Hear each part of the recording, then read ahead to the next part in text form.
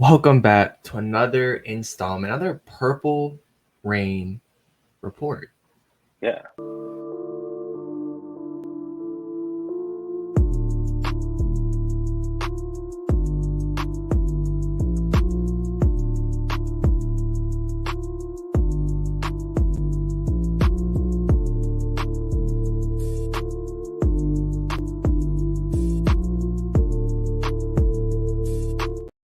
Once again, thank you for coming through another Purple Rain report. Sorry about the technical difficulties. We're gonna have a stream, but we actually couldn't. So first and foremost, we did have a $20 super chat from Chike. Yes. A big thank you. Just want to get that out the way. CK Yeah, bringing up some making good it points, rain. talking about how Steve Saunders is gone, so we really shouldn't be worried about JK Dobbins. Then asked our opinion on the Stephon Diggs situation and also how we think the Steelers and Bengals will do. So we can touch that later. But I mean, he segues into perfectly our first topic. But first and foremost, you can follow us on Instagram at the Purple Rain Podcast. Right there. You can follow this guy on Instagram, on Twitter at SunDef. You can follow me on Instagram at simplyas10.prod and on Twitter at simplyas10. And we're a couple days away from Father's Day, so I got to get it out there. Our sponsor, Manscaped. You want to go and get Pops a very nice gift for Father's Day? Go in there, put it in your cart, order it, use code PRP, 20% off, and free shipping. You don't have much time left, so I just need you to get it now if you're going to get something. Yes. But how are you Absolutely. doing on this lovely Thursday evening? I'm doing well. I'm doing well, despite the technical difficulties, which I do apologize for. Doing well, doing quite well on this Thursday Eve, as our guy Mod K Dog would say, this Friday Eve. Yeah, so I'm doing good, man, and I'm hearing some optimistic things coming out of the Ravens minicamp, which is kind of like the main thing I wanted to touch on today. But I guess we can start with the whole JK Dobbins information. You just let me know before we went on air here what is going on, what's the latest with him. So I'll let you go ahead and break that news to the Rain Gang. Yeah, so I don't want to sit here and steal information or steal anything. So it was all, the Ravens vote. Bobby and Sarah, fantastic Ravens podcast. Had Ian Rappaport Yes. on, so that's a big kudos to them. Getting him on there, probably the best NFL insider in the game by far, in my opinion. And they were talking about this whole J.K. Dobbins stuff, and Ian Rappaport is not 100% sure, but he said it sounds like it is indeed a hold-in. Dobbins wants a new contract. He hasn't been out there practicing at all, and Harbaugh's kind of downplaying it, saying, "Well, he's not ready. It's something slight with his knee," but it sounded like it's a hold-in. JK wants that next contract, and he's been very vocal on Twitter this offseason. I think 2 or 3 times he's put out tweets. He's liked tweets, kind of flirting with leaving the Ravens, but he says he loves Baltimore, wants to be here. For an offseason that was filled with drama, I'd say from the minute the season ended against Cincinnati to April 27th, I don't want to go back to this. Since April 27th to June 15th, life as a Ravens fan has been really, really good. We've made great signings. I think we had a good draft. And now this J.K. Dobbins stuff. So, what are your thoughts on it with him holding in?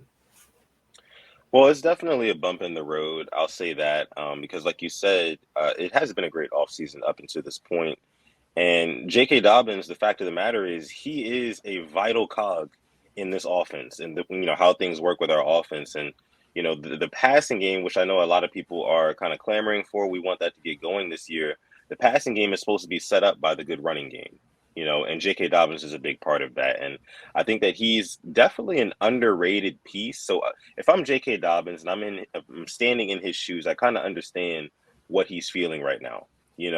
Probably feels a little bit slighted. Everybody's kind of talking about how, Odell is in town, Rashad Bateman's back healthy. They drafted Zay Flowers in the first round. So they're just going to be high flying offense. And when they do need to run, you got Lamar Jackson. But nobody's really talking about J.K. Dobbins, and kind of the media silence for J.K. Dobbins, I think maybe has trickled into the Ravens organization. And they're kind of like maybe not paying him as much attention as he might like, Yeah. which I can totally understand his frustrations with that. So, like I said, it is a bump in the road, but I don't think it's necessarily a super necessary cause for concern because, like we said, it's a hold in. It's not necessarily a holdout. Like so basically what that means is he's going to not participate in the team activities up until what, like the season comes? I'd probably say training camp. I think Training camp? Okay. he'll be there in training camp. Yeah, yeah, Um, yeah. but now it's like, so he was there. He wouldn't get fined. No, I'm just here so I don't get fined. That was kind of JK Dobbins these Right. past couple of days. Uh, but yeah, I mean, in the contract year, and I don't want to harp on him because I really do. I love JK Dobbins. I think he's a hell of a back. When he's healthy, you can see how good he is. But unfortunately, unlike Lamar Jackson, J.K. Dobbins does not have a lot of leverage um, Yeah.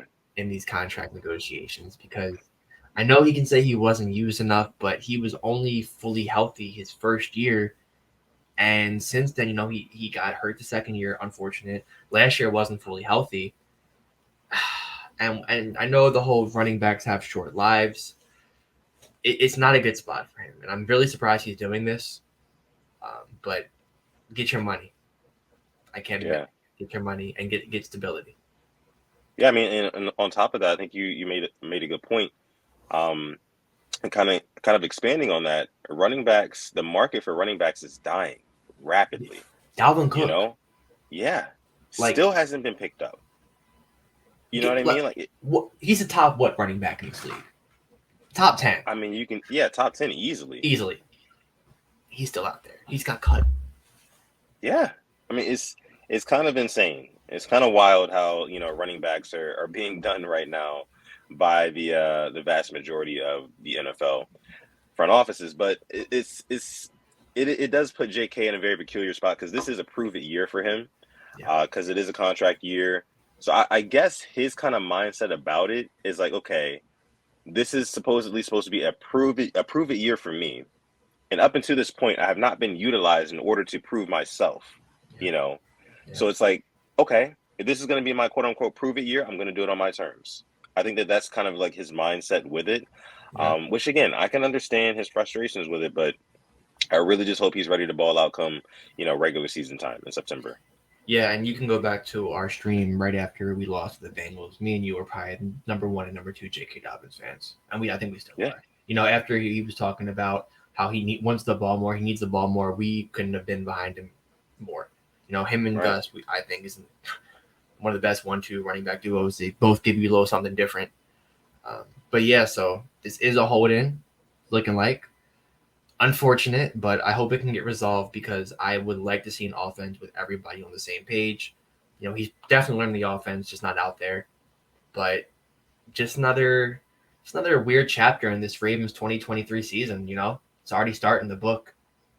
Yeah, definitely is. I can definitely still say a lot more to look forward to, than to, not look forward to, if that makes sense. So let's go ahead and switch gears here to some mini camp notes from this week.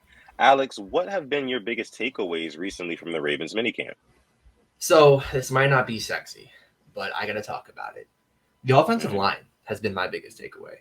So I saw the report today that what was our nickname for him? The lineman we got. Yeah. I can't remember exactly out of Oregon. I know he had a. Yeah. But I can't remember. We have to go back and watch. Salah. We can call him Sal. We can just do that. Big Sal, something like that. Sal. It was something with big in there. I think. Yeah. So he's actually in contention for the left guard position, which is really interesting to me because I believe was a tackle in college. They're throwing him into the first team, to sit there and try to win that left guard position. I love it, honestly. This guy has something to fight for. Just drafted, I think, 6th round. So that's one of my big takeaways. And then another one of them has got to be Nelson Aguilar. All right, because everything they've shown of Nelson Aguilar, he's been making plays. I don't want to sit here and drink the purple Kool-Aid too much and say he's going to have 1,000 yards. But as for someone who kind of wasn't the biggest fan of it, I really hope he makes me eat my words because he's looked really solid. And honestly, he could definitely be making some plays on maybe a 3rd and long. Odell and Bateman and Zay Flowers are covered. There's Aguilar open in the flat, 10 yards first down. So 2 of mine. I would like to hear what you said. I know you want to talk about Todd Monken, so I'll hand it off to you. Yeah. So with Todd Monken, I heard a lot of good things coming from him, but also heard a lot of good things coming from Harbaugh about him. So three things that I took away from what Harbaugh said about him. He said that Todd Monken is energetic. He said two, he's relatable.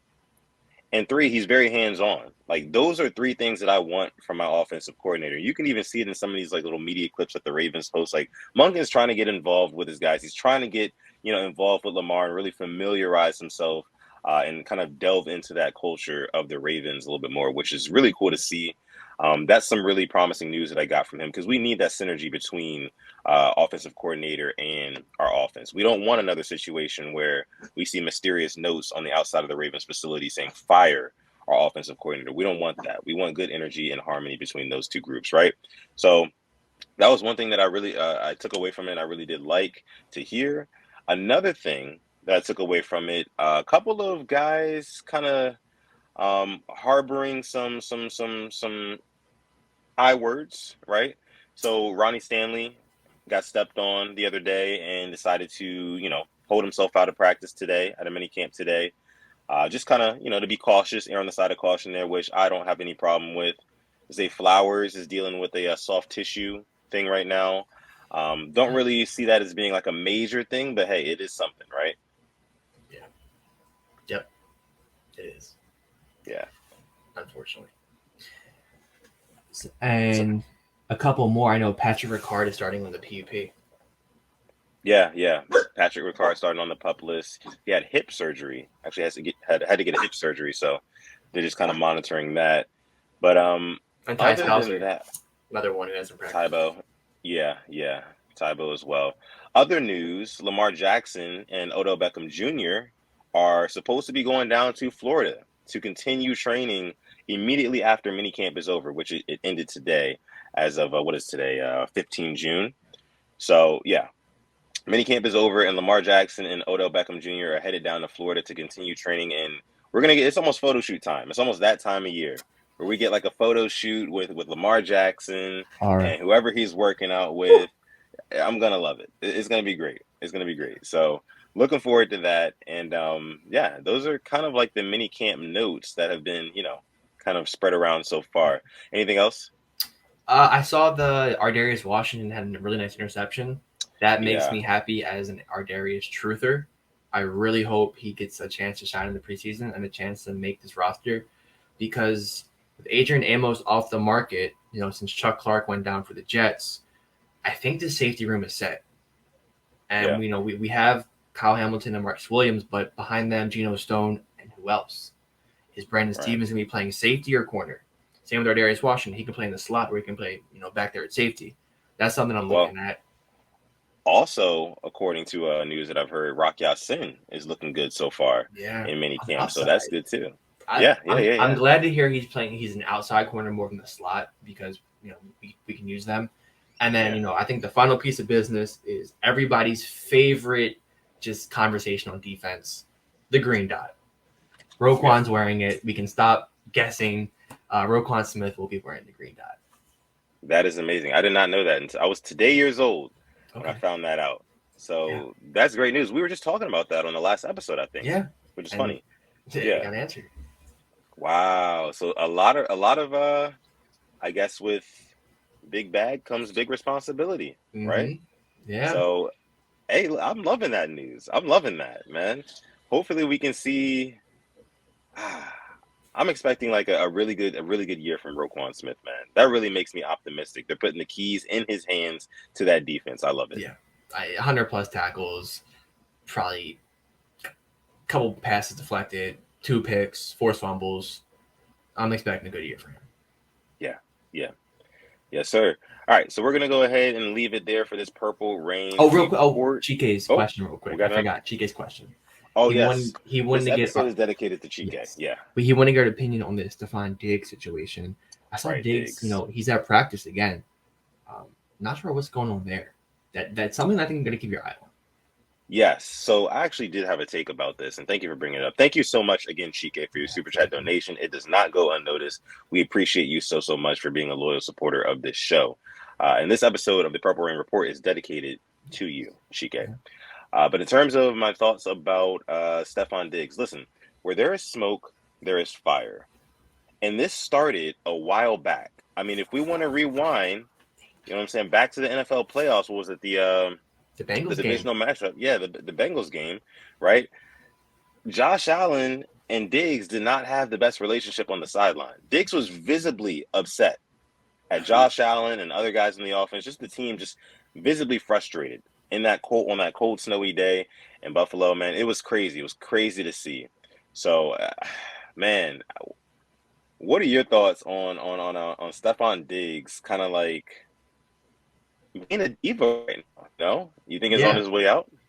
I mean, it's not about the money because I think like 20, he's due to make 24 mil, I believe, which I think that's fair for his, caliber. I don't think, he's underpaid by any means. Yeah. It is something to keep your eye on Yeah. because if Diggs actually wants out, I'm jumping the gun here. That receiving core just looks depleted. I know they have Gabe Davis, Playoff Gabe. Yeah, McKenzie's gone. He went to the Colts. Mm.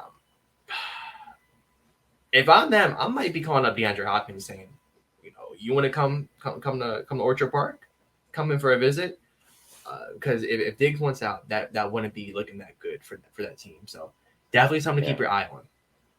Yeah, definitely is. And then Chike also asked about Cincinnati and Pittsburgh Steelers records, right? Or something like that. Yeah. I have the Steelers going over 500, maybe 9 or 10 wins. Yeah. And I can see the Bengals putting up 11 or 12. I would go Bengals. Bengals 11 wins. I'm gonna give the Bengals 11 wins, and I'm gonna give the Steelers. Yeah, I think you're right about 9. Yeah, about 9 wins. I think it's gonna be close, man. The AFC North is gonna be competitive, more competitive than we think it's gonna be. Mm-hmm. Yeah. I'm excited, man. And the Browns too. It's gonna be a good division. Yeah, for me, it's either Ravens or Cincinnati winning the division, followed by the Steelers and then the Browns. Yep, same here. Yeah, and the Steelers could sneak into the playoffs. I fully believe that. Yeah. So, yep. But thank you so much for your question and your super chat donation, Chike. Like we said again, this episode is dedicated to you. We appreciate you so much for making it rain here on this episode of the Purple Rain Report by way of the Purple Rain Podcast.